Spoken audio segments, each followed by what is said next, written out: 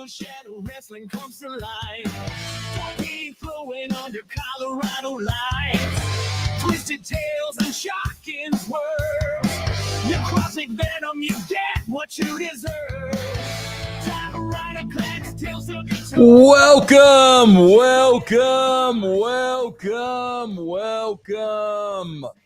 It is Thursday, thrashing on Friday.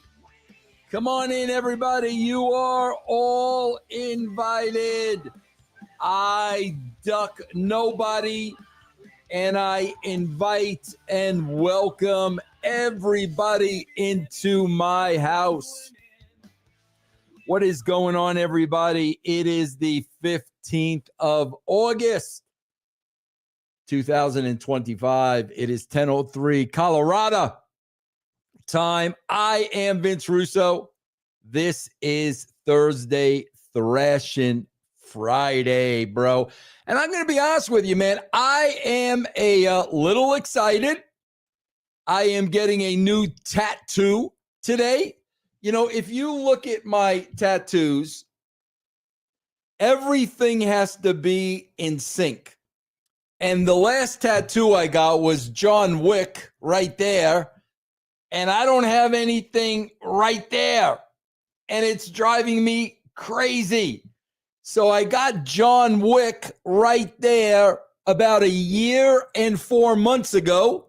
And it is that time to get that spot filled.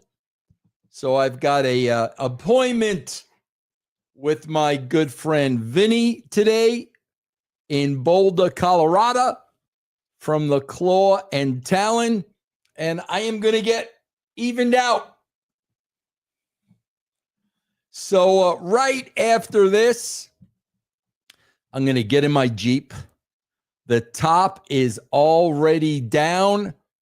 I am going to go to Boulder, Colorado. I might hit a couple of thrift stores along the way.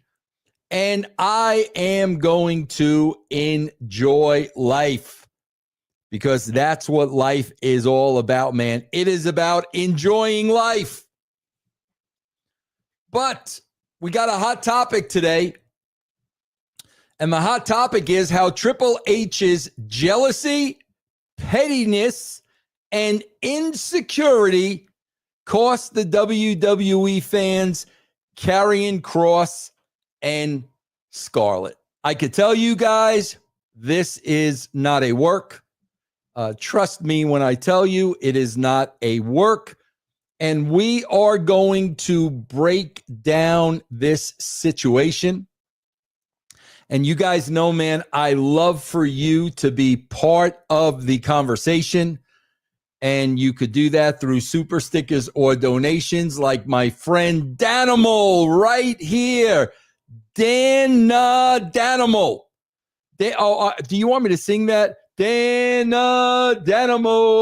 Danimal.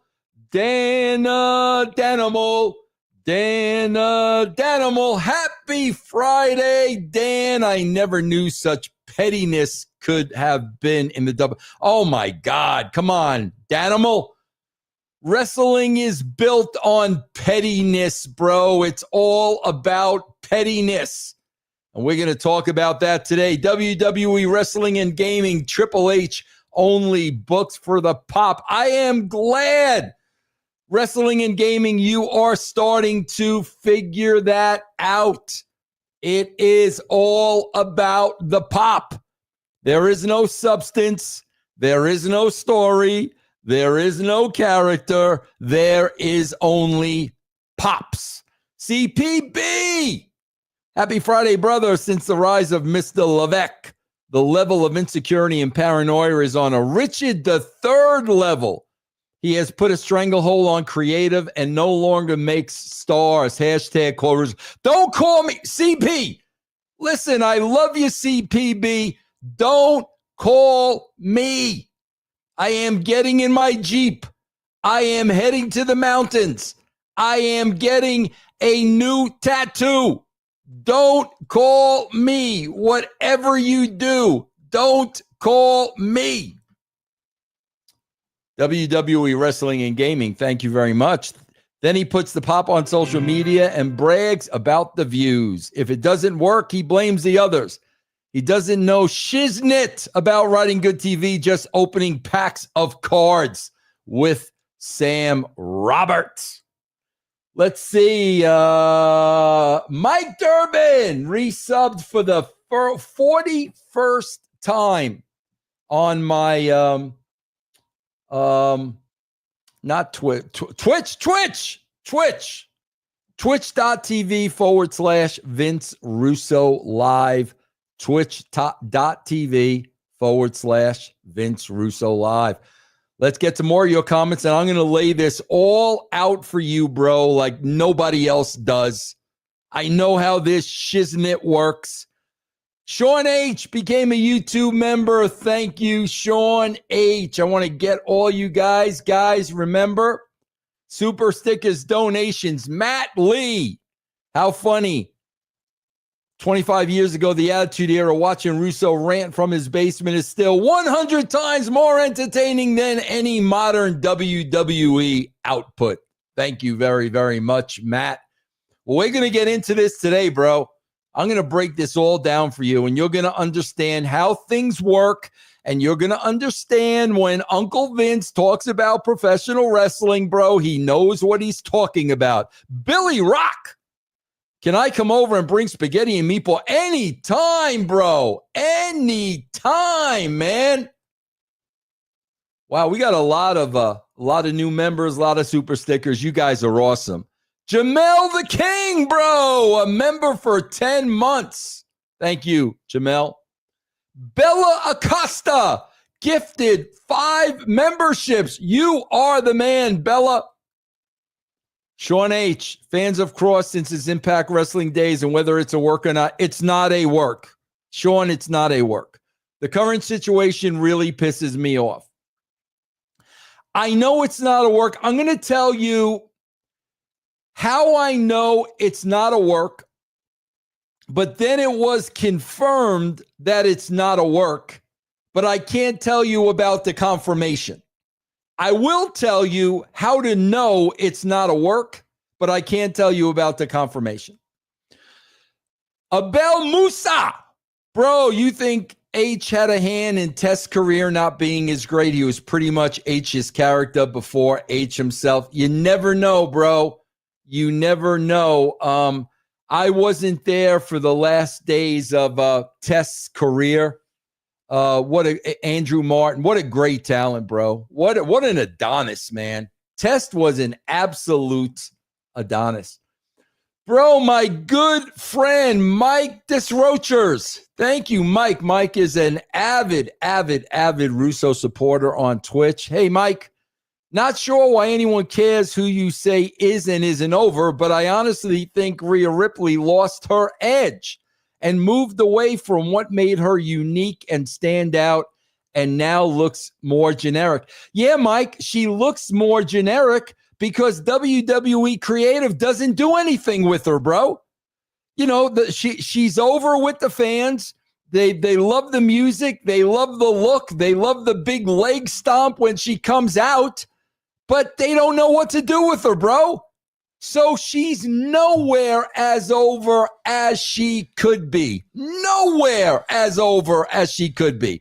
Bro, it would be the equivalent of the Attitude Era and Steve Austin just going out and wrestling. And Steve Austin having no story, no meaning, no meat on the bone, nothing. That's all they do with Rhea Ripley. She has the entrance, she has the look, she has the stomp, and that's it. And that, let me be clear before I'm misquoted, that is not Rhea Ripley's fault. Rhea Ripley does not write the show. You understand? So, yes, Rhea Ripley is over. I've stated she's over. She is nowhere as over as she would be under the writing and producing of Vince Russo. That is an absolute Fact. Jack. Sean McDermott. Why offer Kross a contract 3 days before his current one expires with a 24-hour time? We'll talk about that, bro. We will talk about that, Sean. I'm going to get into all of it, bro. I am going to unpack it for you. Brian, KO2, Grandpa Vince, how old is Amelia? Amelia is about to turn 6 and just started the first grade. She just started the first grade. Thank you so much for asking, Brian.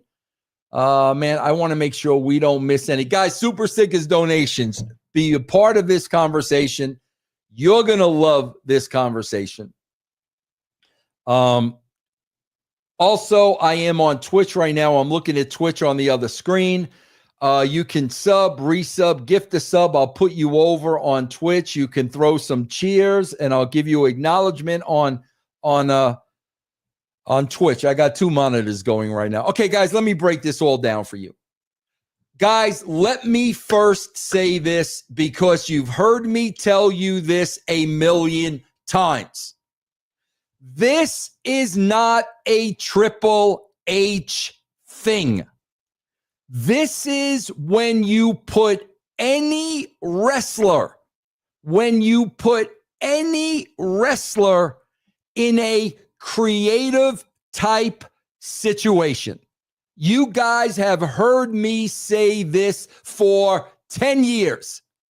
Whether it's Ric Flair, whether it's Dusty, whether it's Jeff Jarrett, whenever you put a wrestler in a head of creative position, there's going to be problems.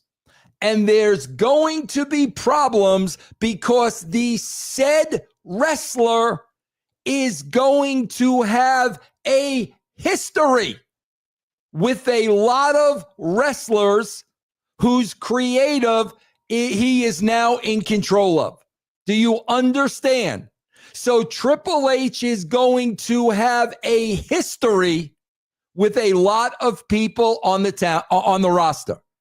And some wrestlers he's going to like, and some wrestlers he's not going to like, and that is going to affect the way they are being booked. Are you with me, bro? Why do you think I've been telling you guys over and over and over and over again, you cannot put former wrestlers in creative spots because they are not subjective, bro. They are not subjective. Going in, Triple H likes some of the wrestlers. Triple H dislikes some of the wrestlers, and that is going to affect the way he books them. You understand? B-Boy Will, thank you for the resub on Twitch. Thank you very, very much. Objective, thank you. Yep, thank you for correcting me, Castellino. I get excited sometimes and I become the Norm Crosby of podcasting. Yes!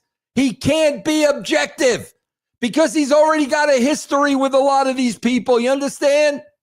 He's already got a history with them. So some of them he's going to like, some of them he's going to bury. And that's not a Triple H thing. That's anybody in that spot. I've been there. I lived through this. You understand? I lived through this. I booked with Jeff Jarrett. I booked with Dusty Rhodes. I've lived through it. I booked with Kevin Sullivan. You understand? Okay. Now, let's look at this. Before we even get to Kross, we got to back this story up. Listen closely and take notes. If you really want to understand how wrestling works, not the bullshit you get from Dave Meltzer, not the bullshit you get from Sean Sapp, who never spent 5 minutes in the wrestling business and don't have a clue. This isn't gossip and hearsay. This is a person that's been there and done that. That's right, Kazuma, Kairu, we're the pros of the pros. let's back up. Now, guys, I am going to tell you, I spoke to an active participant on the WWE roster, pretty high up the food chain. And this is no secret, guys. You know, you can look at his look at his pattern and you will know what I'm saying is correct. So even though somebody verified this to me, they verified it to me. It was not news, bro. Triple H needs to be loved by the internet wrestling community. That is very, very important to Triple H. He needs to be beloved by the internet wrestling community. And he has showed us that over the years, bro. Why do you think they started those ridiculous post-PLE press conferences? So Triple H could sit front and center of all the freaking wrestling journalist marks, and they could all ask him questions, and they could all set him up with softballs, and we got a big freaking sausage fest. Okay? Obviously, bro, they just ended that because they didn't want anybody asking questions about Brock Lesnar coming back. But that's another story for another time. This guy wants to be loved by the internet wrestling community. Why do you think he chose Joe Henry for WrestleMania? Bro, you think there's one casual wrestling fan in the world who knows who Joe Henry is, bro? Seriously? Why did Triple H do that when everybody knows it should have been Nick Aldis? It should have been Nick Aldis. Nick Aldis still hasn't gotten his receipt by being RKO'd by Randy Orton 17 times. Nick Aldis still hasn't gotten a receipt. That was the match. Randy Orton and Nick Aldis was the match. Oh, no. We are going to put Joe Henry in there because the internet wrestling community loves Joe Henry. And if Triple H puts Joe Henry in there, then we're going to love Triple H. You understand, guys? Are you with me? Guys, raise your hand if you're following me. Raise your hand or give me a poop emoji on the screen.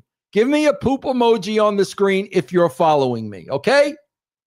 So this guy's got to be beloved. He's got to be beloved by the internet wrestling community marks. I don't know, bro. Maybe he's not getting enough love at home. I don't know. They're freaking marks. So we know that for a fact.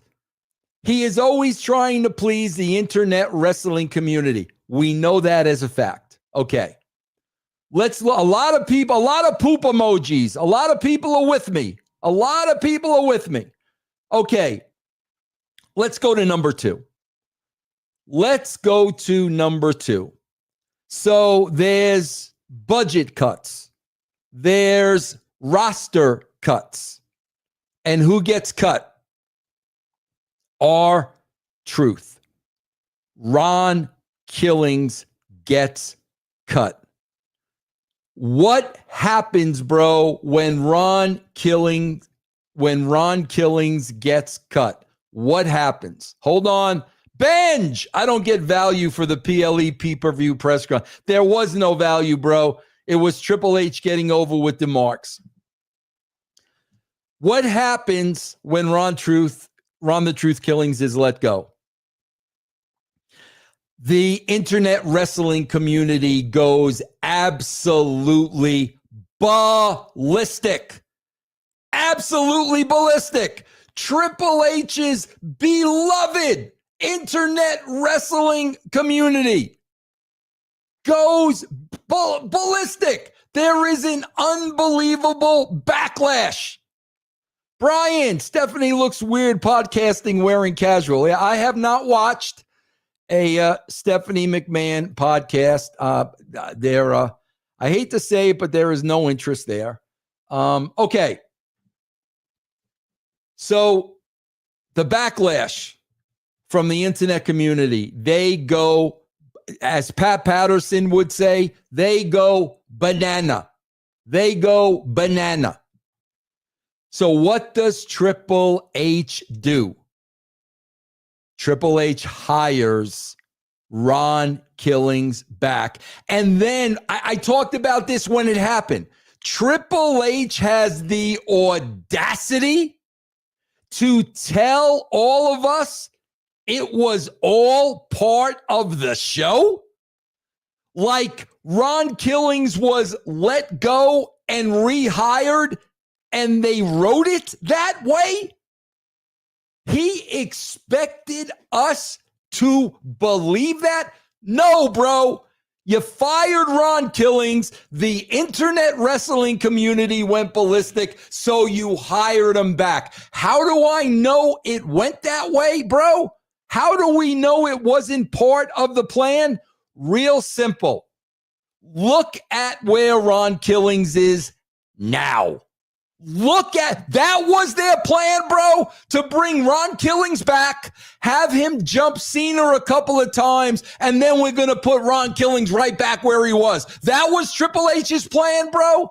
That was the plan. No, bro, that wasn't the plan. You fired the dude's ass. The internet wrestling community went ballistic, so you hired the dude back only to not do anything with him, okay? Give me a poop emoji if you guys are still with me. Please give me a poop emoji. Let's say our core one. It's toilet, not turlet. X, not X. No, it's turlet. It's turlet, bro. Okay, give me a poop emoji if everybody's with me so far. Okay. Now, let's get to the case of Karrion Kross. Triple H did not like Karrion Kross, and I will explain to you why. A lot of it has to do with Karrion Kross having a brain and Karrion Kross having a mouth. So that's a problem right there. The fact that Karrion Kross has a brain and Karrion Kross has a mouth, that's a problem for Karrion Kross. When the boss knows that you're smarter than him, that is the kiss of death. When they know you're smarter than them, that's where intimidation sets in. That's where their insecurity sets in. That's when you've got a problem. Karrion Kross is smarter than Triple H, and Triple H knew it. So on top of that, the second fault of Karrion Kross was that he had a mouth. So if something didn't sit well with Karrion Kross, if something didn't make sense to Karrion Kross, if Karrion Kross had a question about something, he vocalized it. Triple H don't like that. I don't like that. I don't like when you ask me questions. I don't like when you ask me to make sense out of something that doesn't make sense. I don't like that. I don't like that. Why? Because Triple H wants you to fall in line. He wants you to keep your mouth shut, kiss the brass ring, and be happy that you're there. Just like every single person that goes through that NXT system. Kiss the ring, fall in line, shut your mouth, and be happy that you're here. That is not Karrion Kross. Diane B, watch the Rollins interview with RG3. He exposed Triple H and his tactics. When one of your biggest stars is exposing you, then you are a mark. I did not see that. Maybe I need to watch that. So, guys, Karrion Kross has a brain. He has a mouth. He has an opinion, bro. That perhaps is his biggest detriment, that he's got an opinion. No, bro, fall in line. Keep your mouth shut. Sean McDermott, apparently Sami Zayn was very unhappy with the videos Kross put on social media about him. Probably why Kross got buried in that feud. Well, I'm telling you why Kross got buried, bro. So, Triple H does not like Karrion Kross. Okay, Vince, I'm going to need more than that. I'll give you more than that, guys. When a talent's contract is set to expire and you want to retain the services of that talent, you start negotiating the contract 6 months out, at least 3 months out. Anybody can ask JR this question. Anybody could ask his question. Somebody's contract is up. We start renegotiating 6 months out. There was no negotiating 6 months out with Kross. There was no negotiating 3 months out with Kross. There was no negotiating 1 month out with Kross. There was negotiating 2 days. There was a 2-day negotiation. You're going to tell me you want this talent and you're going to offer him a new contract 2 days before the old one expires? George Alvarez, Triple H let the fanboys scrap Rock versus Roman. He let the fans hijack Mania so Cody could win. Why wouldn't the fans IWC think they could do the same for Truth? Amen, brother. Amen, George. Thank you. Let's go to Curtis, man. Curtis Kalmakoff gifted 10 memberships. Yes. Thank you, Curtis. I appreciate that very much. Damn that traffic jam. Karrion Kross is smarter than 99% of the WWE roster. Agreed. Okay. So if he wanted Kross, the contract negotiations would have started a long time ago. So at the 12th hour, he offers Kross a contract. So now you're going to say, well, Vince, why would he offer a contract if he didn't want him? Answer is simple, bro. So he can tell his beloved internet wrestling community, I offered him a contract. I offered him a contract, guys. Don't come at me, bro. I offered him a contract. That's why. Triple H offered Karrion Kross a contract he knew Karrion Kross was not going to accept. And the second Karrion Kross said, can you tell me how you came to this number? Can you share these analytics with me? The minute that happened, that was it. That was all Triple H needed. Negotiations off, contract reneged, and now Karrion Kross is no longer a part of the company. Triple H is no longer going to be challenged. Triple H is no longer going to have to deal with somebody smarter than him. And Triple H can turn around and tell the internet wrestling community, I offered him a contract, guys. That's all I could do. All I could do is offer him a contract. Guys, give me the poop emoji if you're with me, please. Give me the poop emoji if you're with me. Lewis N. Hi, Mr. Russo. Do you think all these legends like The Undertaker, Michaels, Triple H are tainting their wrestling legacy by being part of creative?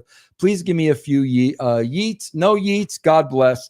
To some extent, yes. So yeet.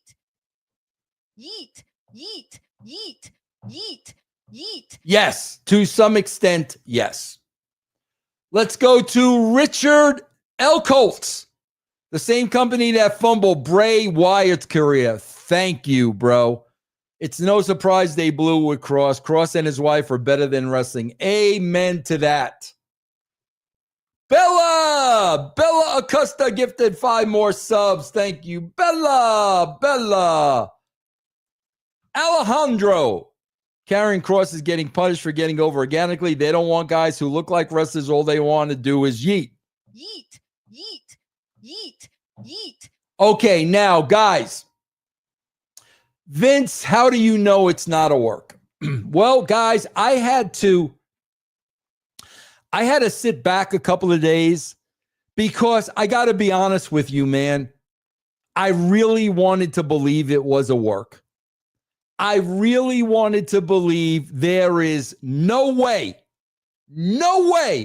Triple H is going to allow his jealousy, his pettiness, and his insecurity to get in the way of business and making money. Absolutely no way. I really, really wanted to believe that. So, couple of days, man, I really didn't say anything because I really didn't know. Instagram, a wrestling historian, during your time there, were there popular wrestlers in the WWE that Vince McMahon held back from the main event? No, bro, because I was there. Because I was there, bro. I was there. That's why. So no, that never happened, bro. And Vince McMahon wasn't a former talent. He wasn't a former talent. Traffic jam. Austin Theory gets let go, but bro, Sami Zayn is going to be the WWE champion, guys. I'm telling you that right now. He's going to win the Royal Rumble over in Saudi, and he's going to be the WWE champion. I'm telling you right now. So, bro, Vince, how did you know? When did you find out this was a work? I'll tell you when I found out, bro. I found out when Karrion Kross went on the Ariel Helwani show, and I listened to what Karrion Kross had to say. First of all, bro, if Karrion Kross is working and Ariel Helwani does not know it, and then it comes out that it was a work, bro, Ariel Helwani will never, ever, ever have another wrestler on his show. Absolutely no way. And Karrion Kross knows that. And Ariel Helwani is a very, it's a great vehicle for the WWE. Ariel Helwani is very popular. He's a great interviewer. It's a good show. They need to get talent on that show. They are not going to burn that bridge by working Ariel Helwani. Number 2, Ariel Helwani is a journalist. He is not going to use his platform for a wrestling stunt. He is not going to use his platform for a wrestling angle. Why? Because that would kill all his credibility, bro. It would kill all the credibility on his show. And Ariel Helwani has really built a great reputation and a great show. He's not going to allow that to happen. So the fact that Kross was on Ariel Helwani, Kross ain't going to work Ariel Helwani because it would not be good for WWE business. And Ariel Helwani is not going to shoot wrestling angles on his set because he's going to lose all credibility. Understand, bro? Please give me a poop emoji if you understand. Bubba Matt, the day Sammy wins the world title, the day I'm done with wrestling until Triple H league. He's going to win the title, bro. Listen to Sammy's promos, bro. Sammy has already started instituting into his promos how he wants to be the world champ. He wants to be the world champ. They are going to replay, bro, the Daniel Bryan story. Trust me, guys. Trust me. Okay, let's go on. I also got confirmation it wasn't a work. And I can't tell you where that confirmation is, But when I got the confirmation that there wasn't a work, I had no question. Now, guys, listen. I'm finished watching if Sammy wins the Rumble, says Matchmania.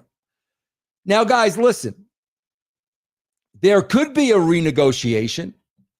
They could go back to Kross. You know, things may change, but as of right now, it absolutely is what it is. Bella Acosta, if Samuel wins the WWE title, I'm done with WWE. I will just watch AEW. Okay. So, again, guys, this is why I've told you from day one. You cannot have a former talent in the head of creative spot because there's going to be baggage, bro. There's going to be baggage, and they're going to take their baggage with him. Bro, why do you think the compliment I get when it pertains to the Attitude Era, the compliment I get all the time is this: Vince, you had a story for everybody. Everybody was on the show with a story. Bro, do you know why that was? Let me explain that to you. I was a writer. I was a producer. Jim Ross put together the WWE roster. And Jim was so good at his job, I knew everybody on that roster deserved to be on that roster. So once we had the roster, Jim Ross turned it over to me. My job now is to take every single talent on that roster and assist them to the best of my ability to help them get over. That means give them character, give them storylines, give them dialogue, produce them, whatever I had to do to try to get every single person on that roster over. Everybody was on an even playing field, man. Everybody was on an even playing field. There were no favorites. I didn't have any favorites. My job as the writer and the producer and the creator was to help every single person on this roster get over. Triple H, as a talent, worked with a lot of the roster as his peers. There's going to be baggage. He is not going to be objective. And what are we going to see, bro? Here's what we're going to see. Two things. We're going to see people he doesn't like the Karrion Krosses, and we're going to see people he loves, like the Sami Zayns. Guys, when you watch this show, you can clearly tell who the favorites are and who's in the doghouse. It's as clear as day, bro. It's as clear as day. And Sami Zayn is at the top of that list. Seth Rollins is at the top of that list. We know where on that list Karrion Kross was, bro. We know where he was on that list. Matchmania, the only story in Triple H's WWE is, I'm going to beat you in a match. No, I'm going to kick your ass. It's nothing but matches and meaningless ones at that. Absolutely, Matchmania. I agree with you 1,000%. Traffic jam, Triple H will burn out and the WWE won't last long. That is why, guys, come January 24th, I've already told Sportskeeda, I will no longer be watching Raw and SmackDown in its entirety. These shows do not warrant my time. They're a waste of my time. They insult my intelligence. They're written for children. There are no characters. There are no angles. And they repeat the same shite over and over and over again. Lewis, I used to love Triple H. Now he acts like a Pikachu. Did I say that right?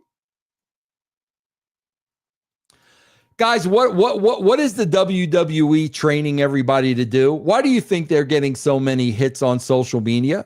Because they're training everybody to go watch the 8-minute clip. The 2 hours of SmackDown is not worthy of your time. The 2.5 hours of Raw is not worthy of your time. Why spend 4.5 hours a week when you could just go watch the highlights? That's what they're training the audience to do. And then you guys say to me, well, Vince, that sounds great. What about USA Network, Vince? What about Netflix, Vince? The answer is easy. USA Network and Netflix have already paid the WWE, bro. The check has already been cashed. They've already paid them, bro. So the WWE doesn't care what it puts on there. They've already got the money in the bank. Gabish? If you're with me, give me a poop emoji. Ghost World Order.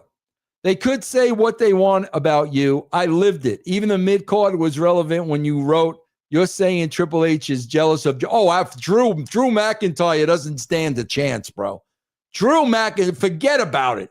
The way Drew McIntyre looks, he doesn't stand a chance, bro. Matchmania, I beg to differ. These shows are not written for children. My children have lost complete interest since Triple H took over. There's nothing fun under Triple H. But like I said, guys, you got to understand something. We got to talk about business now. When it comes to content, they do not care what they put on. They've already got their money. Do you understand?